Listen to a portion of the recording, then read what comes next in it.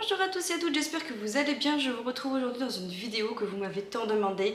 On va parler accouchement. Oui, je vais enfin vous raconter l'accouchement de mon petit bébé Rafiki. Pour ceux qui ne me connaissent pas, qui tombent comme ça par hasard sur ma chaîne, je suis maman de 3 enfants. Donc j'ai une petite fille qui a 7 ans, Léonie, et j'ai une petite fille qui a 3 ans, donc ma petite Mayvi. Et notre petit dernier qui a complété la famille est arrivé donc du coup le 25 mai. Et c'est un petit garçon que l'on nomme Raphaël. Bon, je le surnomme un petit peu Rafiki, ne me demandez pas pourquoi, voilà, c'est tombé comme ça. Et du coup, on va continuer à la suite des accouchements que j'ai pu vous raconter, car oui, j'ai déjà fait des posts en fait sur mon premier et mon deuxième accouchement. Je vous les mets tout de suite en suggestion, donc pour le premier et pour le deuxième. Voilà, si vous voulez les regarder pour avoir la chronologie un petit peu des choses. Et on rentre tout de suite dans le vif du sujet, donc qu'est-ce qui s'est passé? Est-ce que oui ou non j'ai eu la péridurale? Car oui, je n'ai pas eu la péridurale pour Mayvi, pour mon deuxième accouchement. J'ai accouché en 2h30, en fait, ça a été extrêmement vite. Et j'ai eu la péridurale juste pour me recoudre, voilà, faire les petits soins nécessaires. Et là, est-ce que j'ai enfin eu la péridurale? Parce que oui, les péripéties de cette grossesse m'ont donné beaucoup d'angoisse. J'avais extrêmement peur, donc déjà, de ne pas avoir la péridurale. C'est un choix, il y en a qui ne la veulent pas, je respecte ça. Respectez-moi, moi je la voulais. J'ai très mal vécu mon deuxième accouchement et rien que pour ça, je voulais la péridurale pour mon troisième.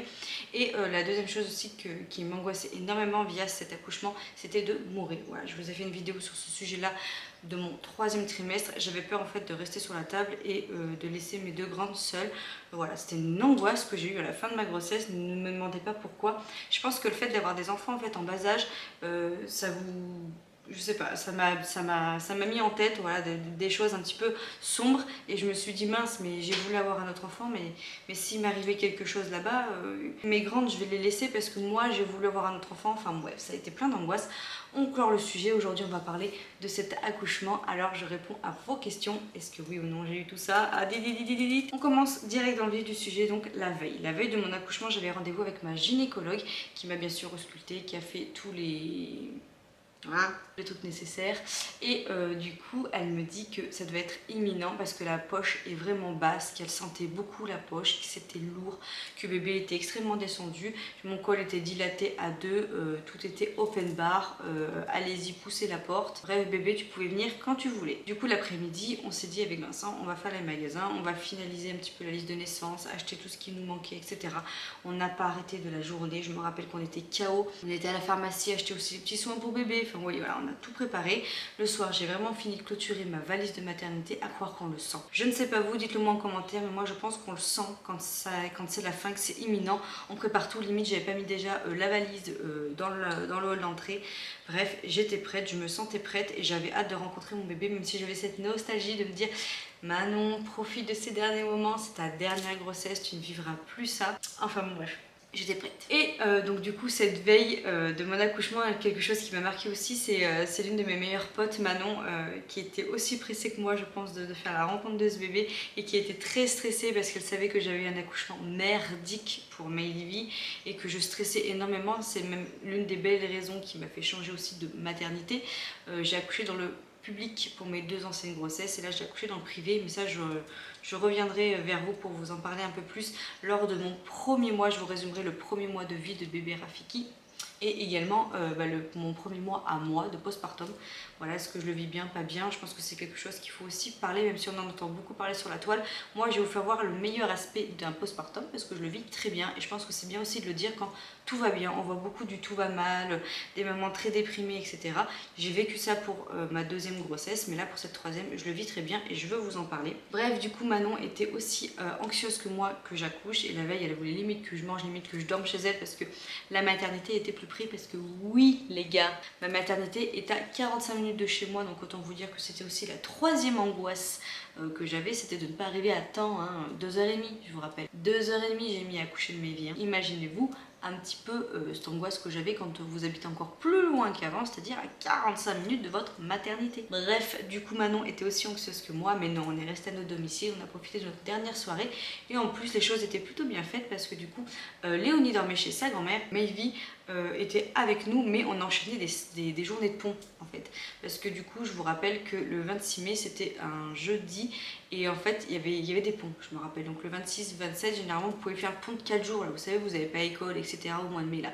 C'est cette période-là que j'ai accouché, donc c'était parfait, parfait, parfait pour faire garder nos enfants. C'était une petite angoisse aussi qu'on a. On a 2 enfants en bas âge. Quand est-ce que ça allait arriver? Est-ce que voilà, c'était en pleine nuit, en pleine journée? Est-ce que j'allais être seule, pas seule? C'est l'une des raisons pourquoi Vincent a fait aussi du télétravail les derniers temps, mais ça c'est pareil, je vous l'ai expliqué dans ma vidéo. Cette veille de soirée, on va dire que c'était tout au feu vert pour pouvoir accoucher.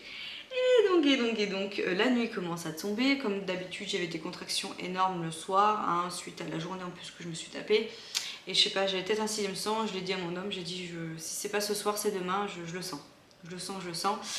Et en plus de ça, je vous rappelle pour celles qui m'ont suivi sur Instagram que mon homme est né le 26 mai et que c'était l'une des raisons pour laquelle il voulait pas que j'accouche ce jour-là. Donc le lendemain, ça aurait été parfait parce qu'il voulait garder son jour et je suis d'accord avec lui. Je pense que chacun devrait avoir son jour, même si du coup son fils est né le 25 mai et que je pense lui avoir offert le plus beau des cadeaux, n'est-ce pas?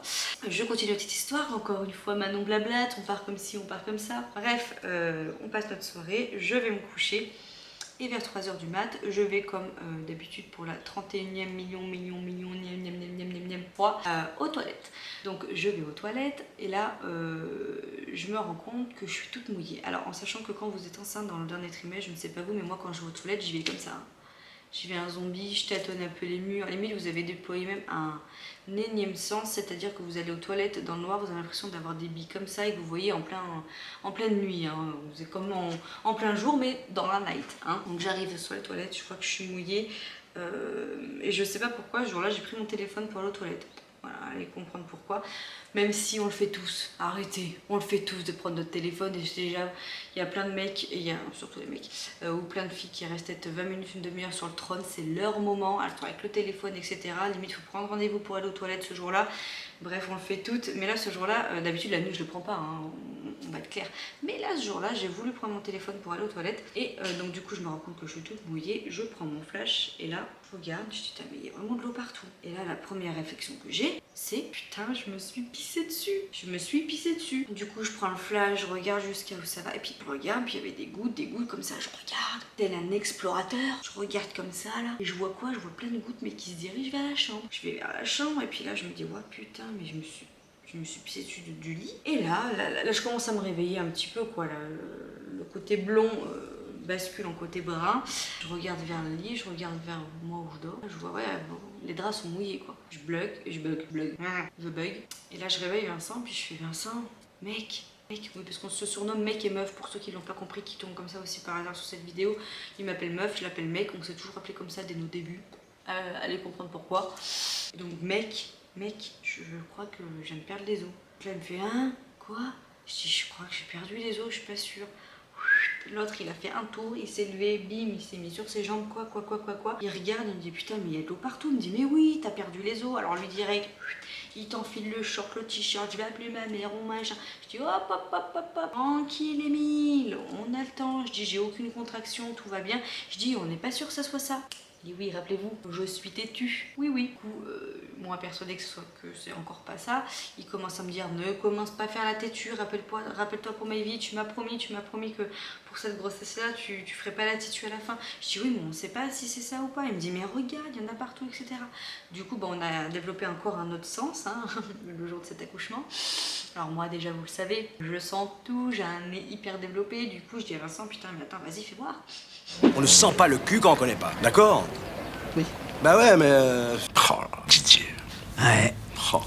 Moi je sens, mais ça sent pas l'urine. Et puis ça faisait comme du blanc. Je sais pas comment vous expliquer, comme si ouais, il y avait de l'eau avec un peu de blanc dedans. Enfin c'était tout bizarre. Enfin Vincent du coup il se met aussi à renifler. Enfin on est glamour dans cette vidéo. On se met à renifler, puis il me dit non mais tu vois bien que ça sent pas l'urine, mais dans la chambre ça sent pas l'urine et tout. Bref, me voilà avec mes lingettes Saint-Marc à 3 h du mat en train de nettoyer le sol, bien évidemment. Vincent se recouche, puis il me dit je te préviens, au moindre signaux, on y va, tu me promets. Oui. Du coup, moi, lingette Saint-Marc, je nettoie mon sol, maniaco comme je suis. On se remet dans le lit, Vincent s'endort gentiment, et là, moi, débile comme ça, hein, parce que du coup, je commence à cogiter, je me dis ouais, si, il a raison. Il a raison, si c'est vraiment ça, maintenant, ça se trouve, tu as accouché, quoi. Bref, et là, au bout d'un quart d'heure que je me mets dans le lit, bim, une contraction. Mais pas la petite contraction. Je vous le dis, pour celles qui c'est leur première grossesse, vous le saurez. On a beau vous le dire 15 fois, vous allez taper 4 fois sur Doctissimo, est-ce que c'est des vraies contractions ou pas, cherchez sur internet. Je vous le dis, arrêtez, vous allez le savoir, on le sait quand c'est les bonnes. On se pose la question parce qu'on est le plus conscient qui est en train de se dire non, vas-y, j'ai pas envie d'accepter la réalité, mais vous le saurez, vous le sentez que c'est les bonnes contractions. Là, au bout d'un quart d'heure, contraction. Donc là, je me dis, waouh, il a peut-être raison, c'est le jour J. Au bout d'un quart d'heure encore, une autre contraction. Et puis toutes les 10 minutes, mais moi, tu acceptez qu'il avait raison. Vous êtes folle, vous êtes fou. Bref, non. Je le regarde, je dis rien. Et puis vers 4h du match, je me mets à avoir une canne de tout. Car oui, le truc encore mieux, et d'ailleurs c'est l'un des trucs qui m'avait bien gâché mon séjour à la maternité. J'avais une belle bronchite ce jour-là, donc la veille j'avais été au médecin, je vous dis une grosse journée la veille. On avait été au médecin, donc j'avais une belle bronchite, j'étais sous antibiotiques, je me tapais des quintes tout psychopathe. D'ailleurs je pense que c'est l'une des raisons pour laquelle j'ai percé ma poche des os, hein, vous l'avez compris. J'ai eu des grosses quintes tout, et du coup je pense qu'à force de secouer, et donc là, une grosse quinte tout, et là je sens que ça sort, ça coule. Du coup, direct, je réveille Vincent, puis je lui dis Vincent, je crois que j'ai vraiment perdu la poche des os, ça coule, regarde d'où ça vient. Puis je me lève, il y en avait partout, puis il me dit non mais là c'est bon, il me dit on y va, il me dit arrête, on y va, il me dit j'appelle ma mère. Du coup on se lève, moi j'enlève les draps, je les mets en machine et tout, je dis à Vincent je te programme pas la machine, tu le feras en rentrant. Non, je vous le dis. Du coup, j'avais fait tourner la veille des lavettes sales, donc du coup, qui étaient propres et vous savez, lavettes pour le sol, etc. Avec les torchons, moi je lave tout ensemble et du coup, c'était propre. Du coup, j'ai fait tourner une machine à 1h ou 2h du mat, elle était prête. Comme ça, moi je sais que je me lève le matin entre 7h30 et 8h et je l'étends. Donc du coup, je me dis, attends, on va peut-être étendre la machine à laver en partie aussi. Je me mets à étendre le linge, lui il commence à ranger, machin, prendre les sacs, charger la voiture et puis il me regarde, puis il me dit ah mais t'es en train de faire quoi là? Je dis j'ai ton linge, ça va puer, il va falloir que tu la refasses retourner, et les draps. Et puis il me dit mais monte dans cette bagnole, il me dit je vais finir de l'étendre ta putain de machine, il me dit monte dans cette voiture. Du coup je monte dans la voiture. Maëvy du coup est restée à la maison en train de dormir et c'est ma belle-mère du coup qui l'a réveillée tendrement avec mon beau-père Yvan. En fait ma belle-mère est nourrice, du coup il fallait qu'elle embauche le matin très tôt et du coup en fait elle a fini la nuit ici et avec Maëvy après elles sont allées donc à son domicile pour pouvoir bosser, hein, voilà, c'était en semaine malgré tout. Le jeudi elle faisait pas le pont mais elle le faisait le vendredi. Donc du coup, non, jeudi et vendredi c'était férié, enfin elle a fait le pont, mais le mercredi elle bossait, puisque mercredi c'était pas férié, parce que je vous rappelle que là nous sommes mercredi. Hein. Donc du coup elle a emmené du coup Maëvy après par la suite, mais bon bref, nous on monte en voiture, etc. On arrive donc du coup à la maternité, donc il devait être 6h, hein, le temps que tout se passe, etc. Il devait être 6h. J'avais eu pas mal de contractions du coup sur la route, hein, bien évidemment. La voiture, vous savez, ça accentue, hein, vous êtes assis, ça bouge, etc. Donc ça accentue vos contractions. Le trajet, il faut le prendre en compte hein, quand vous avez vos premières contractions. Bref, on arrive à la maternité. Donc là, ce qui était très comique, c'est qu'on est tombé du coup sur le vigile, hein, qui a très bien fait son travail. D'ailleurs, je le souligne, parce que du coup, quand je suis arrivée avec mon vieux jogging gris, mes knackis en birk, avec une serviette entre les jambes, parce que j'avais peur que ça recoule, du coup, le vigile me chope et puis il me dit vous allez où comme ça? Je dis où comme ça? Donc on lui dit on va à la maternité, enfin on va faire regarder ma femme. Vous avez appelé, c'est urgent. Donc je le regarde et en fait il y a une jeune fille qui embauchait, je pense, à cette heure-ci et qui le regarde et qui lui dit, qui était derrière moi parce qu'elle devait pointer, qui lui dit mais elle a une serviette entre les jambes, je pense qu'elle va accoucher en fait, elle a dû perdre les os là, en rigolant. Donc moi je lui dis bah oui c'est ça. On est dans le job, on avait la tête dans le fion. Du coup on se regarde avec Vincent, on se dit non mais c'est une blague, il nous fait quoi lui? Donc du coup bref, on va à la maternité, on me met dans un box, vous savez le petit box avant qu'on vous installe en salle d'accouchement pour vérifier du coup vos contractions, le cœur de bébé et vérifier votre col. Donc le col n'avait pas bougé, j'étais toujours entre 2, 2,5, hein, voilà. Bébé était toujours à la même place, sauf que du coup oui j'avais bien percé la poche des os, donc on décide bien de me garder. Donc j'étais ma foi très heureuse parce que je me suis dit on est arrivé à temps. C'était le premier point qui m'a soulagée et là j'étais bien, mais bien les gars, je vous jure j'étais bien, j'étais sereine, je me dis c'est bon, on est sur place, j'ai mal mais je contrôle tout, donc je me suis dit c'est bon, on gère cette grossesse-là, ça va être parfait, on gère. Du coup, pendant 1 heure, donc il me laisse du coup avec le monitoring, etc. Et au bout d'1 heure, on se rend compte que rien ne bouge.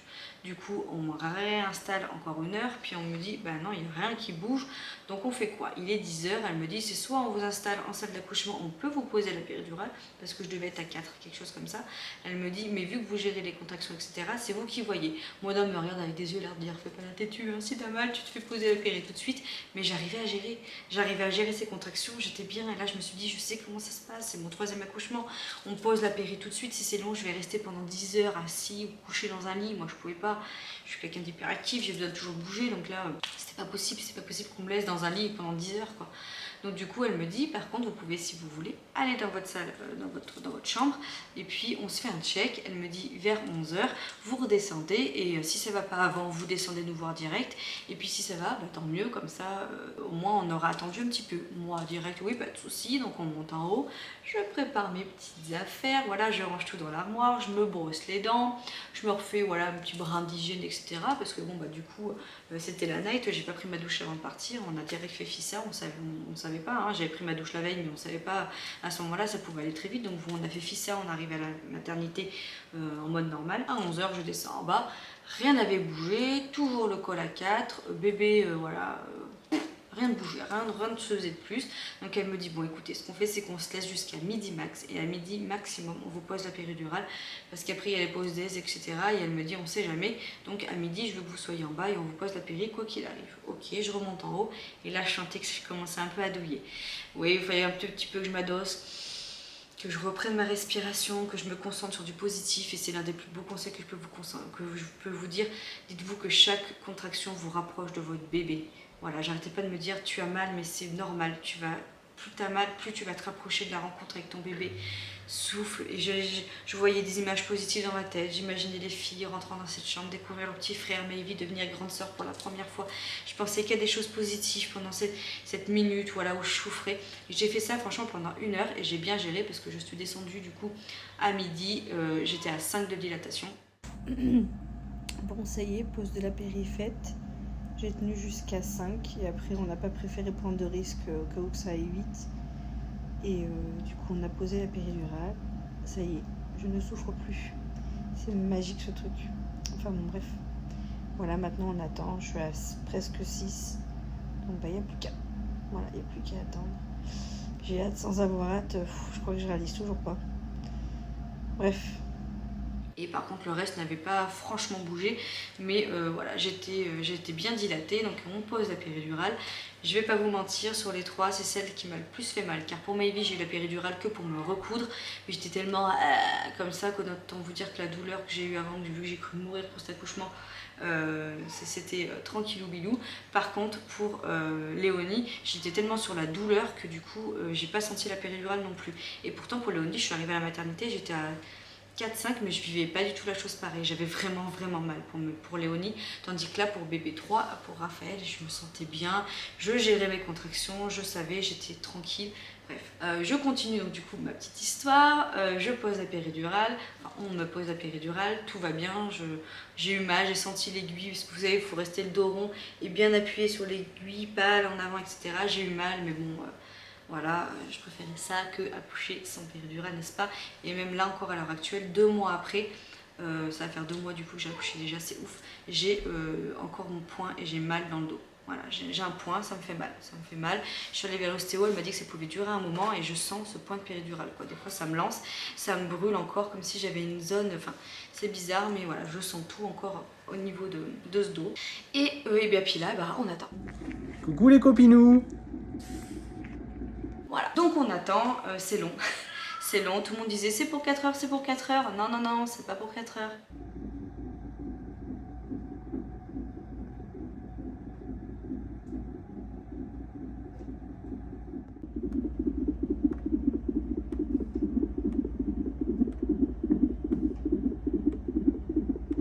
Moi je le savais, j'arrêtais pas de miser pour l'apéro, je disais cet enfant va être comme sa mère, il va kiffer l'apéro à 18h, il va pas sortir avant 18h, etc. Puis plus la journée passée, moins ça bougeait, donc là on a commencé à me poser des petites choses pour pouvoir accélérer le travail, sauf que bébé ne supportait pas, donc elle me disait voilà, de moi-même, essayer de faire un travail sur moi-même, de pousser, etc. Bon, c'est les aléas du direct, chez mon petit Rafiki qui nous a rejoint. Après tout, on parle de lui, hein, donc voilà.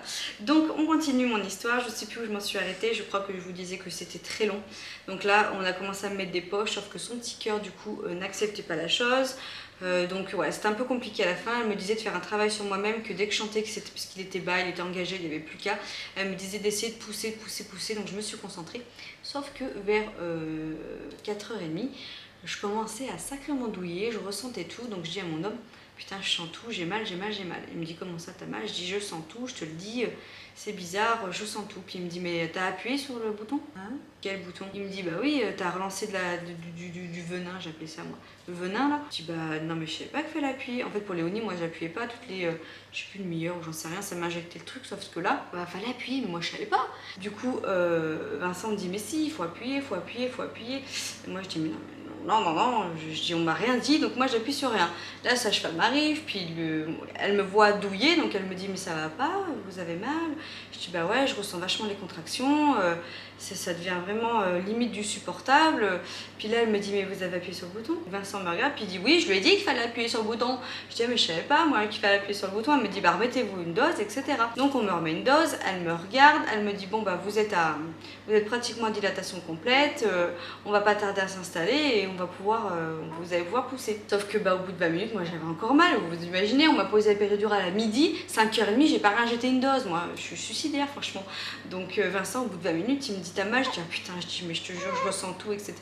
Donc Vincent il me dit bon bah écoute, vas-y je te remets une dose. Donc du coup il rappuie sur le bouton, sauf que là, on n'a pas prévu qu'au bout de 10 minutes elle allait revenir la petite dame.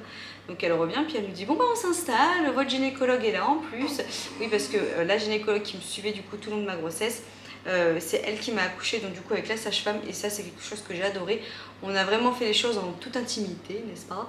Et du coup voilà, j'ai eu ma gynécologue, ma sage-femme, mon homme à côté, et j'ai eu personne d'autre. Et donc du coup elle revient, puis elle me dit bon bah allez-y, mettez les pieds là et tout. Bah là impossible. Quand je vous dis un poids mort, c'est un poids mort, tel un éléphant quoi. J'avais les jambes, je ne ressentais plus rien. Vous pouvez tout faire sur moi, me brûler, me scarifier, me mettre des aiguilles et tout, je ne sentais plus mes jambes, Donc du coup, bah écoutez, mon homme a pris une patte, il l'a mis sur un côté, ma sage-femme a pris l'autre patte, l'a mis sur l'autre côté, ma gynécologue était en face et avec toute délicatesse, j'ai commencé à pousser et et donc du coup Raphaël était là, mon petit chat, en plus faut pas que je te regarde, c'est encore pire, puis je vais avoir les seins qui fuitent et tout quand on allait, c'est horrible. Mon petit chat est arrivé, donc Raphaël est né, j'ai poussé 2 fois et c'était torché. On m'a demandé si je voulais le sortir, donc j'ai dit oui, c'était l'un de mes souhaits, donc j'ai attrapé Raphaël, et je l'ai mis sur moi et là c'était un moment mais tellement unique. Et franchement chaque enfant a été vraiment, c'est unique, voilà. On redécouvre à chaque fois ce sentiment là de redevenir maman et c'était magnifique franchement, puis de me dire voilà, que c'était mon dernier bébé, c'était encore plus beau. Voilà, puis on avait eu l'accouchement qu'on voulait, j'ai enfin eu mon homme à côté, j'ai vraiment tout vécu, lui aussi. Enfin, c'était trop beau, c'était magnifique. Voilà, c'était magnifique, j'ai pas d'autres mots. Puis j'ai vérifié son kiki aussi. j'ai vérifié. Ah, tu t'endors? Ah, pardon. J'ai vérifié son kiki parce que le truc c'est que voilà, j'ai eu 2 filles avant, hein, donc le premier réflexe que j'ai eu aussi c'est de vérifier qu'il avait bien un kiki. Il avait bien son petit kiki, il avait tout là où il fallait et voilà, c'était magnifique. Mon homme qui est très pudique au niveau de ses émotions, qui dit pas grand chose, m'a glissé 2-3 mots doux à l'oreille qui m'ont réconforté sur le fait que il était le plus heureux du monde de redevenir parent. Moi qui trouvais qu'il n'était pas impliqué pour cette 3e grossesse. Voilà, c'était très beau, c'était magnifique et si je pouvais refaire ça des millions de fois, je le referais avec le même accouchement, mais on va s'arrêter là, hein, on s'arrête là, on va profiter maintenant de notre famille et puis il était tellement parfait cet accouchement que je me dis Le quatrième, c'est pas possible qu'il soit aussi beau. Donc voilà l'histoire de mon récit d'accouchement.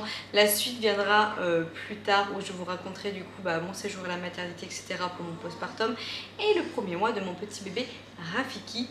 J'espère que cette vidéo vous aura plu. Si vous avez des questions, n'hésitez pas à me les mettre en commentaire. Je vous explique pas après du coup la suite de l'accouchement dans le sens où comme d'habitude, au bout de 2 heures, je suis remontée en chambre, etc. Ah si, je peux vous dire, bon, il allait très bien à la naissance.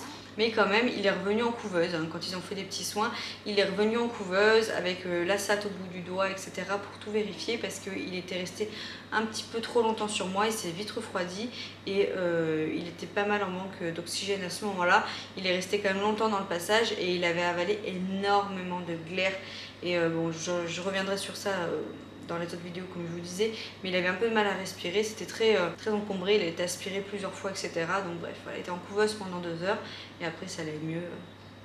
Mais bon voilà, tout s'est bien passé, tout était parfait. À toutes les mamans qui se disent voilà, j'ai peur d'accoucher parce que mon accouchement était horrible, etc. Vous voyez que tout ne se répète pas et heureusement d'ailleurs. Et voilà, chaque accouchement est unique, chaque naissance est unique et voilà. Je vous souhaite à toutes un bel accouchement si vous allez accoucher et puis pour toutes les autres qui suivent les petites vidéos, et ben je vous dis à tout bientôt et ciao.